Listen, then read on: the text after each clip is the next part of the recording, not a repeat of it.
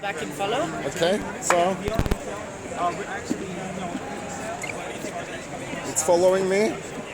Hey Tammy, make it funky.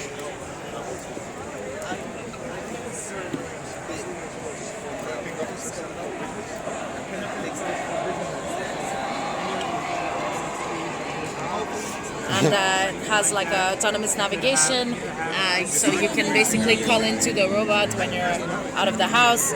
I simply go into contacts. For example, I call my phone, then I can drive it around my house or my office. So if it's in follow mode and it's a kid, you can feel like you're playing around with him. You're there, he's showing you his bedroom, etc. I can tap points of interest and it looks there. I can swipe and it'll turn 90 degrees. Super cool. Thank you.